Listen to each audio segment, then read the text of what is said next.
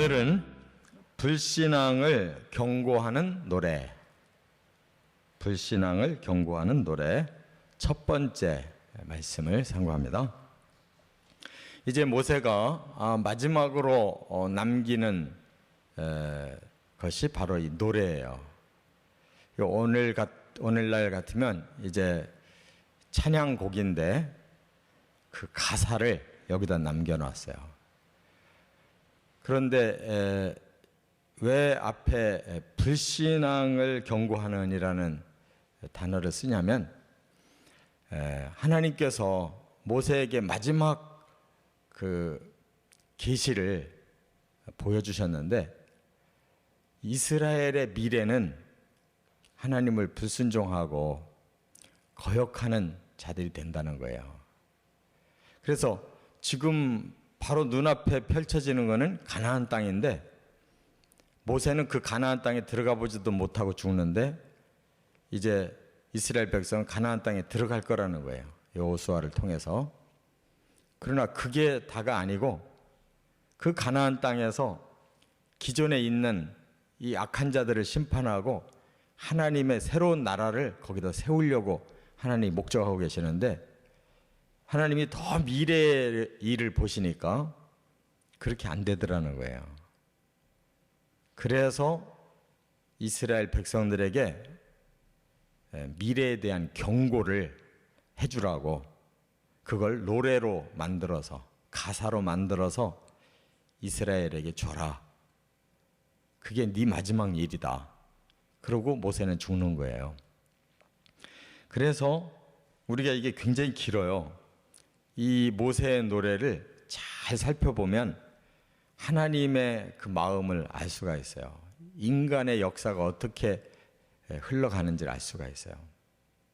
그래서 이 성경 전체를 보면 아주 축소판 성경처럼 이렇게 하나님의 마음을 보여주면서 사람들의 살아가는 행태가 어떤가를 보여주고 그래서 하나님이 결국은 구원자로 나서신다는 거 그걸 보여주는 거예요. 오늘은 이제 서론입니다. 그래서 세 가지를 여기서 강조하고 계세요. 첫째는 31장 30절부터 32장 2절까지는 노래의 말씀을 들으라 이렇게 선포하고 있어요. 노래인데 이게 하나님의 메시지다. 노래의 말씀이라고 이렇게 말씀했어요. 그래서 여기 31장 30절에도 그리고 모세가 이스라엘 총회에 이 노래의 말씀을 끝까지 읽어 들리니라. 그 노인인 모세가 하나님께로부터 받은 미래 예언을 노랫말로 만들어서 백성 전체를 모아놓고 처음부터 끝까지를 다 낭독해서 읽어줬다. 그 말이에요. 이것은 분명히 하나님이 메시지를 모세를 통해서 사람들에게 전해줬다. 그거예요. 이제는 듣는 사람들 책임이 되는 거예요. 분명히 알려주셨어요. 그러면서 바로 이 노래의 말씀이 어떤 거냐 하면 비처럼 내리고 이슬처럼 맺힌다. 2절에 그랬죠. 내 교훈은 비처럼 내리고 내 말은 이슬처럼 맺힌다. 이게 우리나라의 상황으로 들으면 별게 아닌데 이스라엘 땅의 상황으로 들으면 이거는 굉장히 보물 같은 얘기예요. 비처럼 내린다. 비가 잘 안 내려가지고 광야지대가 많고 사막화가 되고 있는 그 땅에서 하나님 말씀은 비처럼 내린다. 그럴 때는 생명과 같은 거죠. 또 그래서 그런 나라는 이슬이 많아요. 대신에 낮에는 날씨가 덥고 밤에는 추워지니까 그 습기가 이슬로 바뀌거든요. 밤에. 그래서 식물이 비가 안 오는데도 자라나는 이유는 이슬 먹고 자라는 거예요. 그래서 내 교훈은 이슬처럼 맺힌다. 그 말은 그 이슬이 그 식물들에게 생명을 주고 그 동물들이 그걸 빨아먹고 사는 생명이라는 거예요.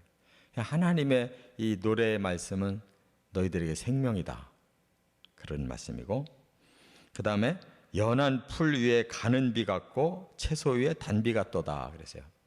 가는 비와 단비는 서로 반대말이에요. 가는 비는 적게 그러나 서서히 계속 비가 오는 거예요.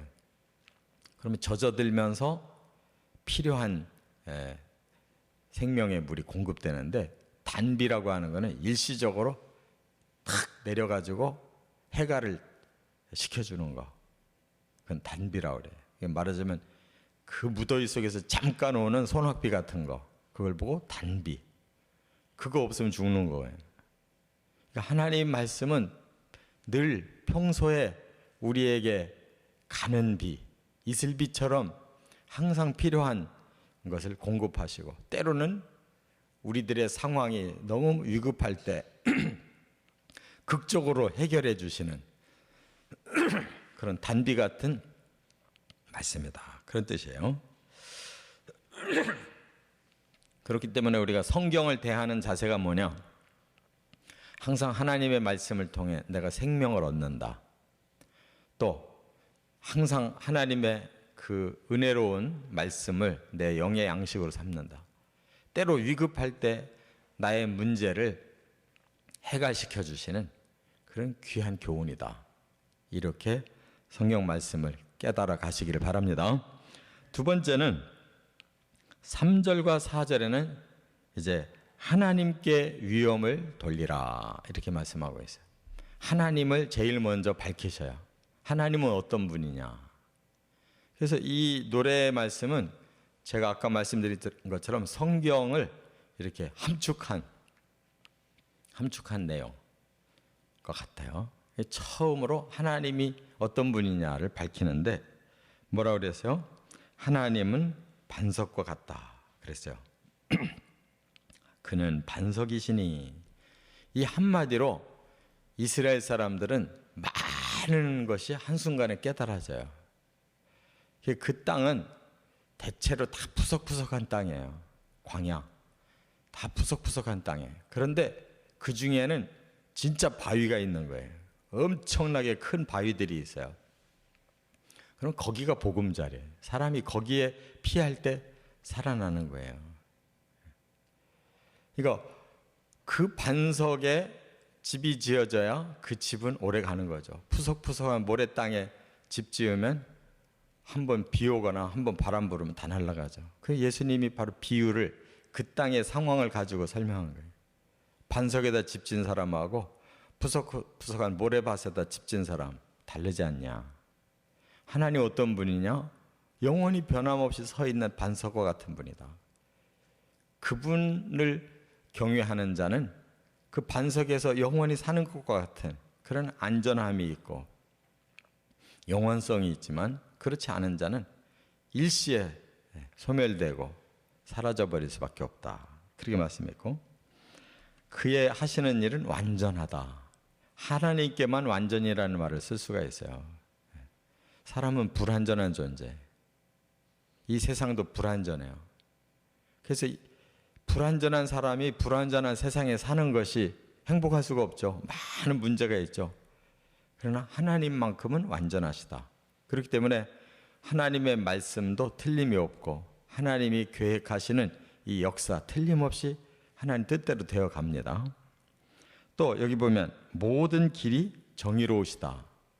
하나님은 공의로운 하나님이기 때문에 모든 행하고자 하시는 일은 다 정의의 길로만 행하신다는 거예요. 근데 반대로 사탄은 어때요? 불의의 길로 가잖아요. 그래서 사탄은 항상 그 정의를 굽게 만들려고 하고 또 사람들을 잘못된 길로 빠져서 멸망시키려고 하는데, 하나님은 항상 공의로우신 하나님이기 때문에 정의의 길로만 사람들을 인도하기 때문에 그 길로 가면 멸망이 아니라 영원한 생명을 얻는 거죠. 또 여기 뭐라고 그랬어요? 진실하시기 때문에 거짓이 없으시다. 하나님은 진실하시고 사탄은 거짓이고 이렇게 말씀하고 있어요. 그래서 하나님은 공의로우시며 항상 올바르시다. 이게 하나님의 정의입니다. 그 다음에 세 번째는 이제 5절과 6절에 보면 여호와를 향하여 악을 행하는 자, 이게 바로 사람을 정의하는 거예요. 하나님은 이런 데 반해서 사람은 어떠냐 하는 걸 5절 6절에 밝히셨는데, 이렇게 하나님 앞에서 악을 행하는 자는 하나님 자녀가 아니다 그랬어요. 그럼 왜 바로 이렇게 하나님과 자녀를 이렇게 비유하고 있느냐? 하나님이 당신의 아버지라는 거예요. 그 밑에 6절 끝에 이렇게 말씀했어요. 아버지시고 지으신이시고 만들어 세우신 분이시다 그랬어요. 그러니까 하나님의 사랑이 여기에 전제되어 있어요. 하나님은 사랑이시기 때문에 그 자식을 만들어냈다는 거예요.